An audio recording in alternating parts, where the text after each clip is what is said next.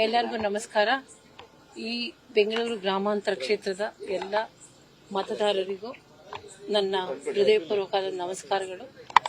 ಈ ಚುನಾವಣೆಯಲ್ಲಿ ಹೆಚ್ಚಿನ ರೀತಿಯಲ್ಲಿ ಡಾಕ್ಟರ್ ಅವರಿಗೆ ನಿಮ್ಮೆಲ್ಲರ ಆಶೀರ್ವಾದ ಮಾಡಿರೋದಕ್ಕೆ ನನ್ನ ಹೃದಯ ತುಂಬಿದ ನಮಸ್ಕಾರಗಳು. ಅವರಿಗೆ ಒಬ್ಬ ಲೋಕಸಭಾ ಜನಪ್ರತಿನಿಧಿಯಾಗಿ ಮಾಡಿ ನಿಮ್ಮೆಲ್ಲರ ಸೇವೆ ಮಾಡೋದಕ್ಕೆ ಅವಕಾಶ ಕೊಟ್ಟಂತ ಎಲ್ಲರಿಗೂ ನನ್ನ ಧನ್ಯವಾದಗಳು.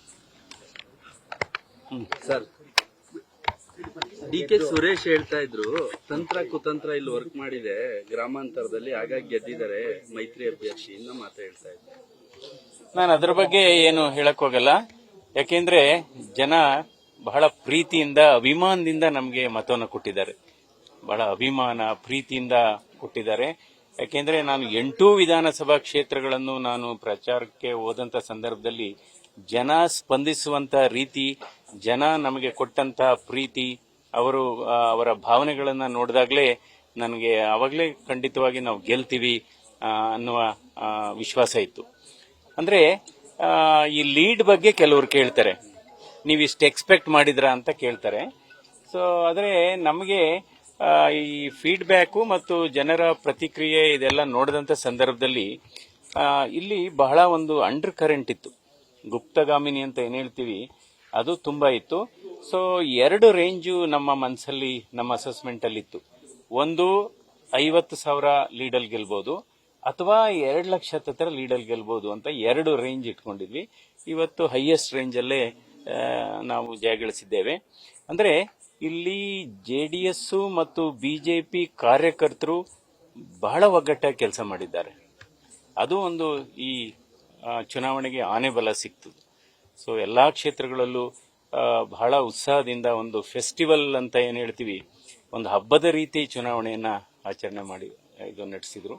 ಹೀಗಾಗಿ ಅದರಿಂದ ಈ ಗೆಲುವು ಏನಿದೆ, ಯಾಕೆಂದ್ರೆ ಈ ಕ್ಷೇತ್ರ ಪ್ರತಿಷ್ಠಿತ ಕ್ಷೇತ್ರ ಆಗಿತ್ತು, ದೇಶದಲ್ಲಿ ಒಂದು ಪ್ರತಿಷ್ಠಿತ ಕ್ಷೇತ್ರ. ಎಲ್ಲರೂ ಕೂಡ ಇದ್ರ ಬಗ್ಗೆ ಹೆಚ್ಚು ಗಮನ ಹರಿಸಿದ್ರು.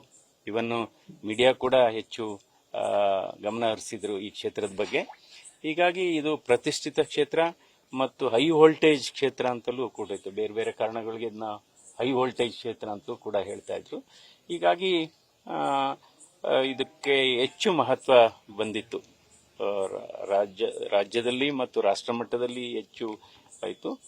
ಈ ಗೆಲುವು ಏನಿದೆ, ಈ ಗೆಲುವು ಇದು ಎಲ್ಲ ನಮ್ಮ ಈ ಕ್ಷೇತ್ರದ ಮತದಾರರ ಗೆಲುವು ಅಂತ ಹೇಳ್ತೀನಿ. ಇದು ನನ್ನ ಗೆಲುವಲ್ಲ, ಇದು ಪ್ರಜ್ಞಾವಂತ ಮತ್ತು ವಿಚಾರವಂತ ಮತದಾರರ ಗೆಲುವು. ಈ ಗೆಲುವನ್ನ ಅವ್ರಿಗೆ ಕೂಡ ಅರ್ಪಣೆ ಮಾಡ್ತೇವೆ, ಕಾರ್ಯಕರ್ತರಿಗೆ ಅರ್ಪಣೆ ಮಾಡ್ತೇವೆ ಈ ಗೆಲುವನ್ನ. ಯಾಕೆಂದ್ರೆ ಜನಶಕ್ತಿ ಎಲ್ಲಾ ಶಕ್ತಿಗಿಂತ ಬಹಳ ದೊಡ್ಡ ಶಕ್ತಿ ಪ್ರಜಾತಂತ್ರ ವ್ಯವಸ್ಥೆಯಲ್ಲಿ ಅಂದ್ರೆ ಜನಶಕ್ತಿ.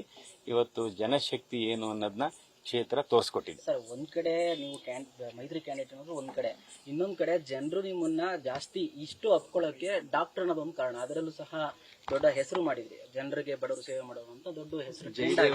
ಸೊ ಈಗ ಜನರ ದೊಡ್ಡ ನಿರೀಕ್ಷೆ ಏನಂದ್ರೆ ಡಾಕ್ಟ್ರು ನಮ್ಮ ಕ್ಷೇತ್ರಕ್ಕೆ ಒಂದಷ್ಟು ಏನಾರು ಮಾಡ್ತಾರೆ ಅಂತ. ಸೊ ಆ ಜನಗಳಿಗೆ ಏನ್ ಸೌಲಭ್ಯ ಕೊಡ್ತೀನಿ, ಏನ್ ಕೊಡ್ಬೋದು ಅಂತ ನೀವು ಹೇಳ್ತೀರಾ ಸರ್? ಅಲ್ಲ, ಇದು 4 ಕ್ಷೇತ್ರ ಇದೆ.